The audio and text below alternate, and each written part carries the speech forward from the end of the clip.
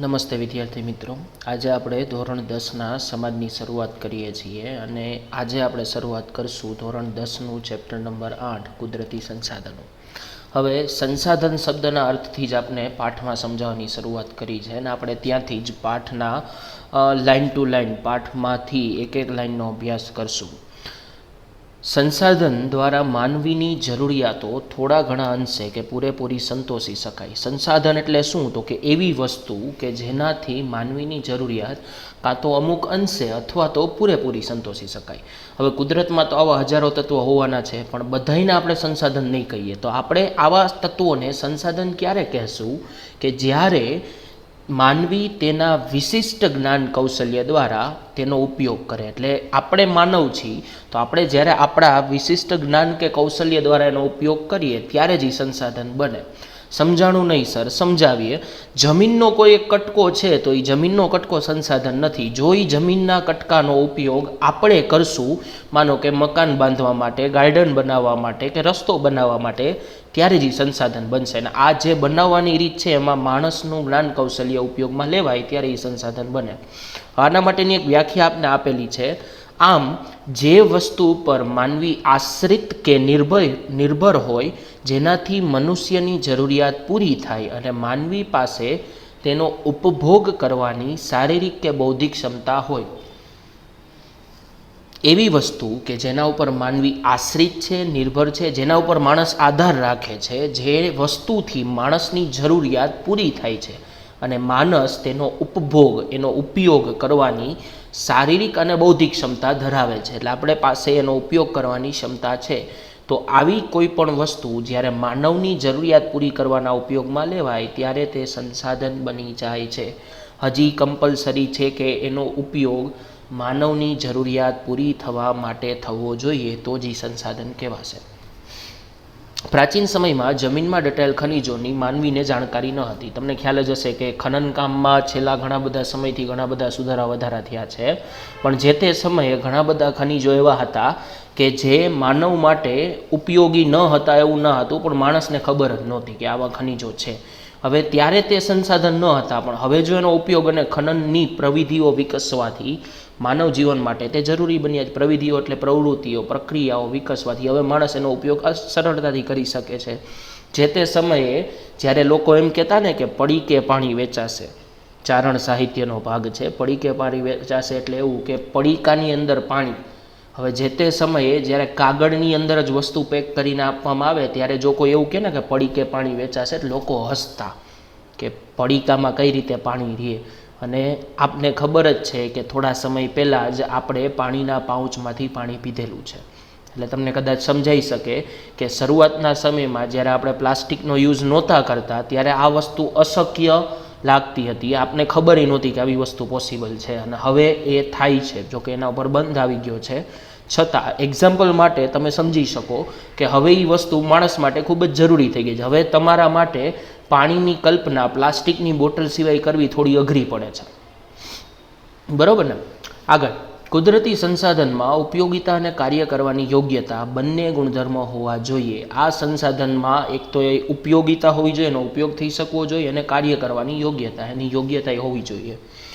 આમ કુદરત, માનવ અને સંસ્કૃતિ ત્રણ વસ્તુની પરસ્પર પ્રક્રિયાથી જ સંસાધન બને છે. એ કુદરત, નેચર, માનવ એટલે હ્યુમન બિંગ, આપણે બધા, અને સંસ્કૃતિ, આપણે જે એનો ઉપયોગ કરવાની પદ્ધતિ વિકસાવીએ છીએ એને આપણે સંસ્કૃતિ કહીએ છીએ. તો આ ત્રણેય જ્યારે પરસ્પર પ્રક્રિયા કરશે ને ત્યારે જ સંસાધન બનશે, બરાબર ને? ઓકે, એના પછીનો મેઇન ટોપિક છે સંસાધનોનો ઉપયોગ.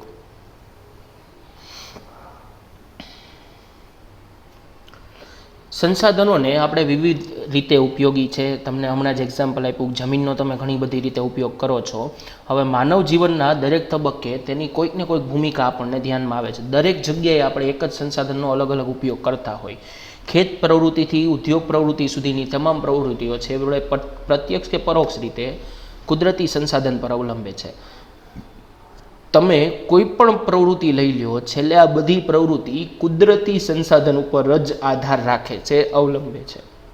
કલ્પના કરો, એક્ઝામ્પલ લઈએ ને કે સર આપણે સ્કૂલમાં ભણીએ છીએ તો આમાં ક્યાં કુદરતી સંસાધન આવ્યા, તમે જે બેન્ચ ઉપર બેસો છો ને લાકડાની છે કે પછી મેટલની છે, તો એ મેટલ એ જમીનમાંથી ખનન કરીને જ મળે છે. એટલે કોઈ પણ પ્રવૃત્તિ આખરે તો કુદરતી સંસાધન પર જ આધાર રાખે છે. અને આ સેન્સમાં આપણે સંસાધનોના 3 મુખ્ય ઉપયોગ જોશું. એમાં પહેલો ઉપયોગ આપણે ડિટેલમાં જોઈએ, સંસાધન ખોરાક તરીકે. તમને ખબર જ છે કે રોજબરોજ માણસને પોતાનું દૈનિક કામ કરવા માટે જમવાની જરૂરિયાત હોય. જોકે અમુક લોકો જમવા માટે જીવતા હોય, આપણે એની વાત નથી કરતા. માનવીની ખોરાકની જરૂરિયાત વિવિધ સંસાધનોમાંથી જ પૂરી થાય છે, જેમાં કુદરતી રીતે થતા ફળો, ખેતી દ્વારા સાપડતા વિવિધ ખાદ્ય પાકો, ખેતીથી આપને જે મળે છે ખાદ્ય પાકો, ખાવાલાયક પાકો, પાલતુ પ્રાણીઓ દ્વારા પ્રાપ્ત થતી દૂધ અને તેની બનાવટો અથવા માંસ. પાલતુ પ્રાણીઓમાંથી આપણે 3 વસ્તુ મળે, દૂધ, તેની બનાવટો અને માંસ. જે માંસાહારી હોય એ લોકો માટે પાલતુ પ્રાણીઓનું માંસ પણ ખોરાક તરીકે જ ઉપયોગમાં લેવાય છે. ત્યારબાદ જળાશયોમાંથી મળતા માછલા અને અન્ય જળચરો, આનો પણ ખોરાક તરીકે ઉપયોગ થાય છે. અને છેલ્લું મધમાખી દ્વારા બનાવેલ મધ. આ વગેરે ચીજો ખાદ્ય સામગ્રી તરીકે ઉપયોગ લેવાય છે. તમારી જાણકારી માટે એક વધારાની માહિતી આપી દઉં. મધમાખી દ્વારા બનાવેલ મધ એકમાત્ર એવી વસ્તુ છે કે જે વસ્તુ માટે કોઈ કુદરતી જીવનો નાશ થતો નથી. Not a single insect. મધમાખીનો વિનાશ નથી થતો, કોઈ ઝાડપાનનો વિનાશ નથી થતો. ઇન્સ્ટોટ કોઈ સજીવનો નાશ કર્યા વગર મધ બની શકે, અને આ મધ કોઈ દિવસ બગડતું નથી. હું કુદરતી મધની વાત કરું છું. આગળ વધીએ. સંસાધન કાચા માલના સ્ત્રોત તરીકે તમારે કોઈ વસ્તુ બનાવી છે, પ્રોડક્શન કરવું છે, ધંધો કરવો છે, તો એ ધંધો કરવા માટે તમારે કાચો માલ જોશે. અને કાચા માલના સ્ત્રોત તરીકે પણ સંસાધન ઉપયોગમાં આવે. કઈ કઈ વસ્તુ આવે તો કે જંગલમાંથી પ્રાપ્ત થતી વિવિધ ચીજો. જંગલની લગભગ બધી ચીજો આપણે કાચા માલ તરીકે વાપરતા હોય. ત્યારબાદ ખેતીમાંથી ઉપલબ્ધ થતી સામગ્રી, ખેતીની સામગ્રી પણ કાચા માલ તરીકે ઉપયોગમાં લેવાય. ધ્યાન રાખજો, ખેતીમાંથી ખાદ્ય પાકો મળે એ ખાવામાં ઉપયોગમાં લેવાય. એમાંથી મળતી સામગ્રી, ખેતીમાંથી જ મળતી સામગ્રી કાચા માલ તરીકે પણ યુઝ થઈ શકે. ઉદાહરણ તરીકે શેરડી ખાઈ શકો, આપણે અહીંયા એનો યુઝ થાય છે. અને શેરડી જ ખાંડ માટેની પ્રોસેસમાં કાચા માલ તરીકે યુઝ થતી હોય. પાલતુ પશુઓમાંથી પ્રાપ્ત થતું ઊન, પશુઓમાંથી મળતું ઊન એ કાપડ બનાવવા માટે જરૂરી છે. ચામડા, જૂતા બનાવવા માટે, ચપ્પલ બનાવવા માટે. અને માંસનો ઉપયોગ પણ કાચા માલ તરીકે ઘણા બધા પ્રોડક્ટ્સમાં થતો હોય. અને ખનિજ અયસ્ક એટલે કાચું ખનિજ, એ બધી ચીજો અનેક ઉદ્યોગ માટે કાચો માલ બને છે. આમ સંસાધનનો ઉપયોગ આપણે કાચા માલના સ્ત્રોત તરીકે પણ કરીએ છીએ. ત્યારબાદ છે સંસાધનનો ઉપયોગ શક્તિ સંસાધન તરીકે. શક્તિ સંસાધન એટલે શું કે જેના મદદથી આપણે શક્તિ, ઉર્જાનું ઉત્પાદન કરતા હોય. જેમાં કોલસાની મદદથી વીજળીનું ઉત્પાદન થાય. પેટ્રોલિયમ, તમને ખબર જ છે કે આપણે કાર, બાઇક બધાની અંદર પેટ્રોલિયમ, કુદરતી વાયુ, સીએનજી, કમ્પ્રેસ્ડ નેચરલ ગેસ, આ બધાનો આપણે ઈંધણ તરીકે ઉપયોગ કરીએ છીએ. જેમાં ઉદ્યોગોમાંય થાય છે અને ઘર વપરાશના બળતણમાંય વાપરીએ છીએ. એટલે એનાથી આપણે ઉર્જાનું ઉત્પાદન કરીએ છીએ. આ ઉપરાંત સૂર્યપ્રકાશ, સોલાર, છેલ્લા ઘણા સમયથી ચર્ચામાં છે જ. પવન ઉર્જા, પવનચક્કી વિશે તમે સાંભળેલું છે. સમુદ્રના મોજાની મદદથી પણ વીજળીનું ઉત્પાદન થતું હોય, પણ એનું થોડુંક ઓછા પ્રમાણમાં યુઝ થાય છે અત્યારે. ભરતી ઓટ, જે દરિયાની અંદર પાણીની ભરતી અને ઓટ આવે એનાથી પણ ઉર્જાનું સંચાર થઈ શકે છે, ઉત્પાદન થઈ શકે છે. અને છેલ્લું જળધોધ એટલે તમને ખબર જ હશે, જળધોધથી પણ ઉર્જા પ્રાપ્ત કરી શકાય છે. આ બધી બાબતો આપને સંસાધનનો ઉપયોગ શક્તિ સંસાધન તરીકે કરાવે છે. એટલે આ બધા સંસાધનો આપણે શક્તિનું ઉત્પાદન, ઉર્જાનું ઉત્પાદન કરવા માટે વાપરીએ છીએ. તો એકવાર રિપીટ કરી લઈએ. આપણે સંસાધનોના ઉપયોગ જોયા. પહેલો ઉપયોગ હતો ખોરાક તરીકે, બીજો ઉપયોગ હતો કાચા માલના સ્ત્રોત તરીકે, અને ત્રીજો ઉપયોગ હતો શક્તિ સંસાધન તરીકે. એકવાર પાછું વાંચી લેજો ઘરે પણ. આગળ વધીએ તો ત્યારબાદ આપને આપેલા છે સંસાધનોના પ્રકાર. સંસાધનના પ્રકાર પણ 3 છે. આપણે ઉપર સંસાધનોના ઉપયોગો જોયા હતા, હવે આપણે સંસાધનોના પ્રકાર જોઈએ છીએ. તો સંસાધનોના મુખ્ય 3 પ્રકાર પાડવામાં આવ્યા છે. એક માલિકીના આધારે પ્રકાર, એક પુનઃપ્રાપ્યતાના આધારે પ્રકાર, અને એક વિતરણ ક્ષેત્રના આધારે પ્રકાર. એમાં પહેલું જોઈએ માલિકીના આધારે. હવે શબ્દને ઓળખશો તો તમને ખબર પડે કે કોની માલિકી છે, એ પ્રમાણે સંસાધન અલગ અલગ પ્રકારમાં આપણે ડિવાઈડ કરશું, અલગ અલગ પ્રકારમાં વહેંચીશું. તો માલિકીના આધારે અહીંયા આપને 3 પ્રકાર આપેલા છે. તમારી સામે કોષ્ટક દેખાતું હશે. વ્યક્તિગત સંસાધન, રાષ્ટ્રીય સંસાધન અને વૈશ્વિક સંસાધન. ઓળખીએ.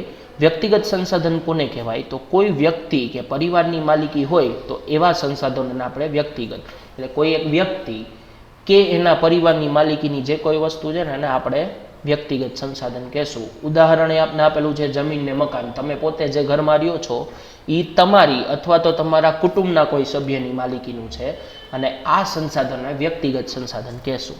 ત્યારબાદ બીજું છે રાષ્ટ્રીય. રાષ્ટ્ર એટલે દેશ કે પ્રદેશ.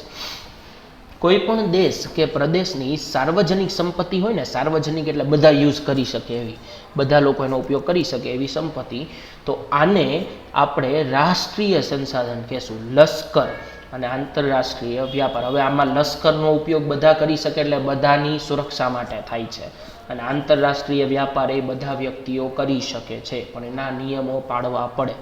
પણ દેશ કે પ્રદેશનો કોઈ પણ વ્યક્તિ આનો ઉપયોગ કરી શકે છે. છેલ્લો પ્રકાર વૈશ્વિક સંસાધન. વૈશ્વિક સંસાધન કોને કહેવાય? તો કે સમગ્ર દુનિયાની ભૌતિક અને અભૌતિક, જેને જોઈ શકાય, સ્પર્શી શકાય, અડી શકાય એવી ભૌતિક, અને આ કંઈ ના થઈ શકે, ફોર એક્ઝામ્પલ હવા, તો અભૌતિક એવી તમામ સંપત્તિ, આ બધી જ સંપત્તિ જેનો ઉપયોગ માનવ કલ્યાણમાં થતો હોય. માનવ કલ્યાણ એટલે માનવીઓનું સારું કરવાનું છે. ઉદાહરણ તરીકે વિશ્વના બધા રાષ્ટ્રોની સહિયારી માલિકીના સંસાધનો. ઉદાહરણ તરીકે દરિયો. દરિયાની અંદર જો કે સીમા આપણે બનાવી જ દઈએ છીએ, પણ છતાં દરિયો આપણે સહિયારી માલિકીમાં ગોતી શકીએ. તમને જો બોર્ડની અંદર પૂછાય તો તમારે ઉદાહરણ આ જ યાદ રાખવાના છે. પાછું એકવાર રિપીટ કરી લઈએ. માલિકીના આધારે 3 સંસાધનોના પ્રકાર પડે છે: વ્યક્તિગત, રાષ્ટ્રીય અને વૈશ્વિક. નામના અર્થ જ યાદ રાખવાના, વધારે સરળતાથી યાદ રહીએ. વ્યક્તિગત એટલે વ્યક્તિ કે પરિવારની માલિકી, જમીન કે મકાન. રાષ્ટ્રીય એટલે દેશ કે પ્રદેશની સાર્વજનિક સંપત્તિ, લશ્કર અને આંતરરાષ્ટ્રીય વેપાર. વૈશ્વિક સંસાધનનું થોડુંક લાંબી છે વિગત, તો કે ભૌતિક, સમગ્ર દુનિયાની ભૌતિક અને અભૌતિક બધી જ સંપત્તિ, તમામ સંપત્તિ જેનો ઉપયોગ માનવ કલ્યાણમાં થતો હોય. આમાં કોઈ પણ શબ્દને તમે કાઢી નથી શકતા. અને આનું ઉદાહરણ પણ સેમ જ રાખવાનું છે આપણે. વિશ્વના બધા રાષ્ટ્રોની સહિયારી માલિકીના સંસાધનો. સહિયારી એટલે સાથે. બરોબર છે? ઓકે.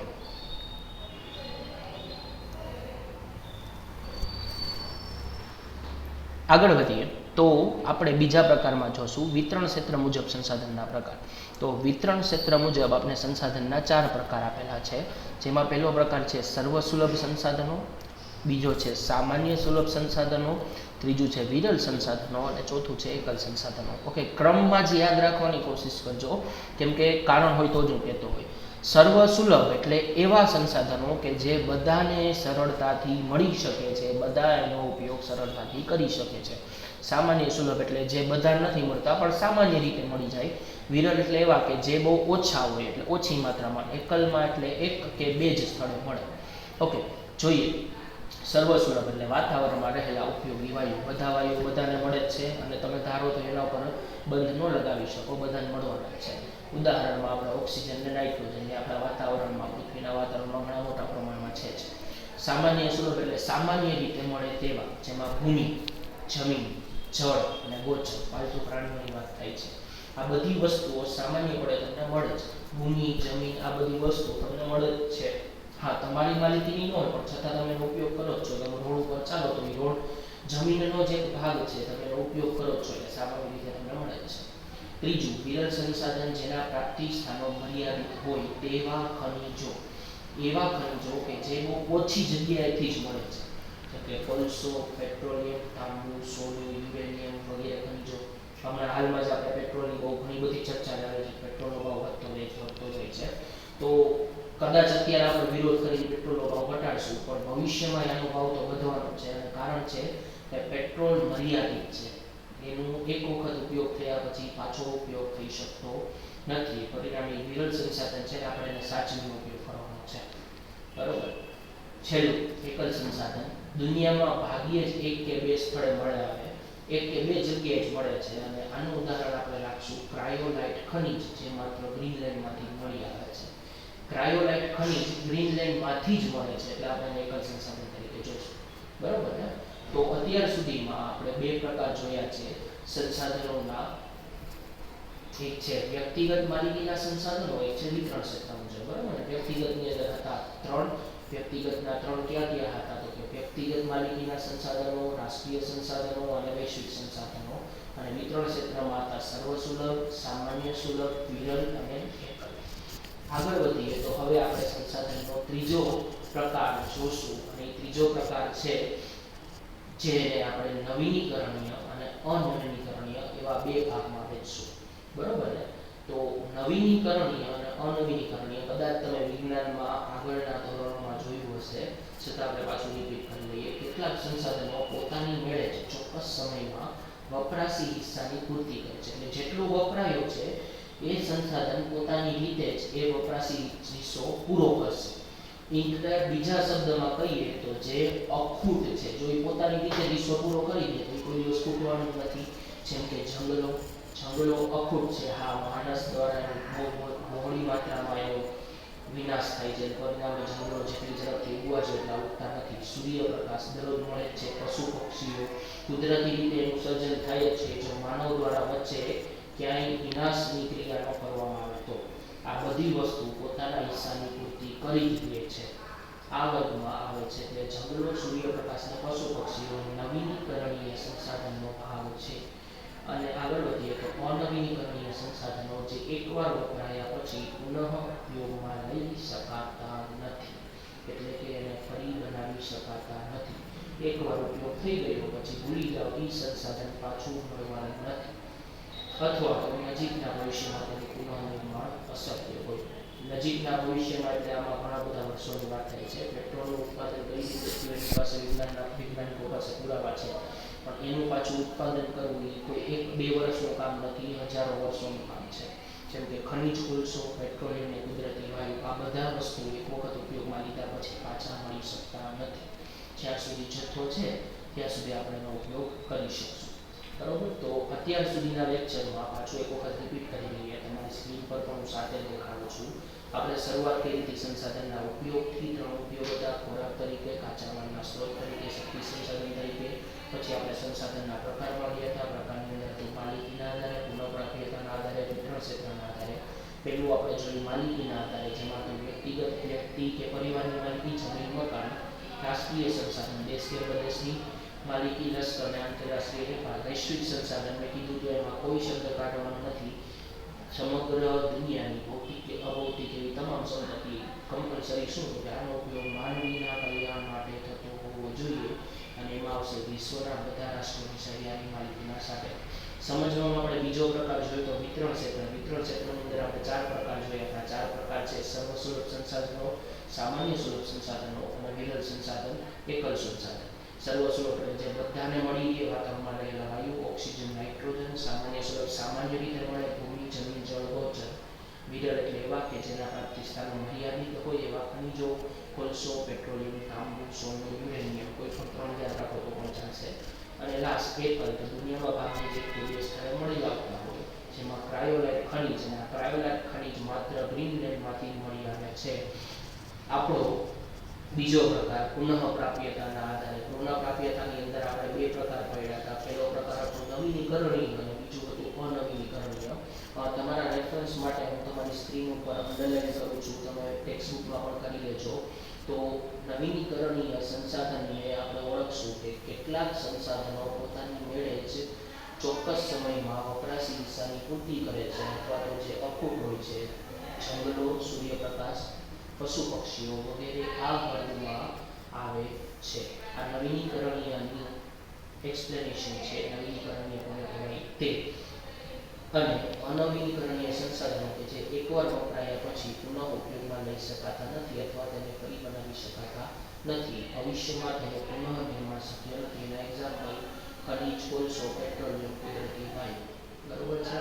ઓકે, તો આજે આપણે અહીંયા સુધી જ રાખીએ છીએ. નેક્સ્ટ લેક્ચરમાં આગળ વધશું. મેં જાણી જોઈને તમને આ લેક્ચરની અંદર ગુણભાર નથી કીધો. પાછલા વર્ષથી આપણા કોર્સની અંદર 10માના એસએસસી બોર્ડના કોર્સમાં ફેરફાર થયો છે, અને પરિણામે જ તમને નથી કીધો. ઘણીવાર કોષ્ટકમાંથી પણ પૂછાશે. પછી જ્યારે કન્ફર્મેશન મળી જશે ત્યારે હું તમને ગુણભાર કહીશ. ત્યાં સુધી આપણે ટેક્સ્ટબુકના બધા જ ભાગને સમજશું, બધી જ વસ્તુને સમજશું. બરોબર છે? છતાં આ લેક્ચરમાં તમને કોઈ પ્રશ્ન હોય તો ખાસ કોલ કરી સ્કૂલના નંબર પર પૂછી લેજો, તમને હેલ્પ મળી જશે. બરાબર છે? ઓકે. જય હિન્દ.